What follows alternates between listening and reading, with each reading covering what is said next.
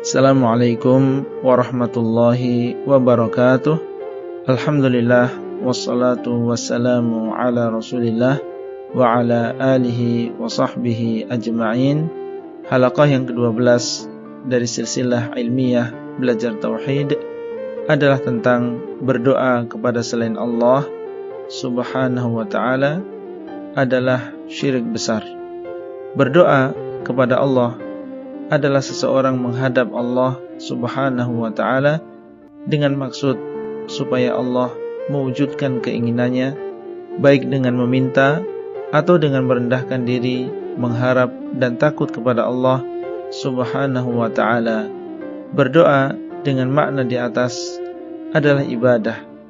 Berkata An-Nu'man ibnu Bashirin radhiyallahu anhu, aku mendengar Nabi SAW bersabda, ad-du'a'u huwal ibadah. Doa adalah ibadah.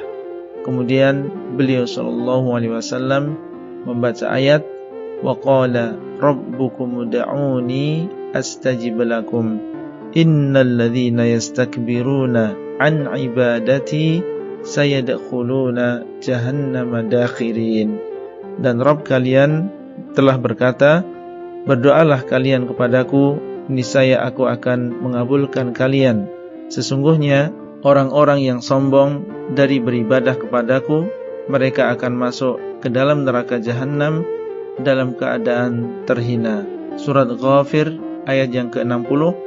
Dan hadis ini diriwayatkan oleh Abu Dawud, At-Tirmidzi dan Ibnu Majah, dan disahihkan oleh Syekh Al-Albani rahimahullah. Dan makna beribadah kepadaku pada ayat ini adalah berdoa kepadaku. Apabila doa adalah ibadah yang merupakan hak Allah, apabila doa adalah ibadah yang merupakan hak Allah Subhanahu wa ta'ala semata, maka berdoa kepada selain Allah dengan merendahkan diri di hadapannya, mengharap dan juga takut kepadanya, sebagaimana ketika dia mengharap dan takut kepada Allah adalah termasuk syirik besar.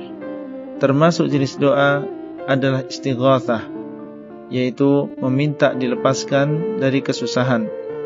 Isti'adzah, meminta perlindungan. Dan isti'anah, meminta pertolongan. Apabila di dalamnya ada perendahan diri, pengharapan dan takut, maka ini adalah ibadah yang hanya boleh diserahkan kepada Allah Subhanahu wa ta'ala semata. Namun perlu diketahui bahwasanya boleh seseorang beristighatsah, beristi'adzah dan beristi'anah kepada makhluk dengan 4 syarat berikut. Pertama, makhluk tersebut masih hidup.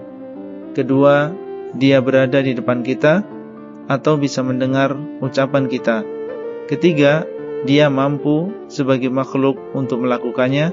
Dan yang keempat, makhluk tersebut diyakini hanya sebagai sebab, sehingga tidak boleh bertawakal kepada sebab tersebut, akan tetapi bertawakal kepada Allah Subhanahu wa ta'ala yang menciptakan sebab tersebut. Orang yang beristighatsah, beristi'adzah dan beristi'anah kepada orang yang sudah mati atau kepada orang yang masih hidup, akan tetapi tidak berada di depan kita atau tidak mendengar ucapan kita, atau meminta kepada makhluk perkara yang tidak mungkin bisa melakukannya kecuali Allah, maka ini termasuk syirik besar. Itulah yang bisa kita sampaikan pada halaqah kali ini, dan sampai bertemu kembali pada halaqah selanjutnya. Wassalamualaikum warahmatullahi wabarakatuh.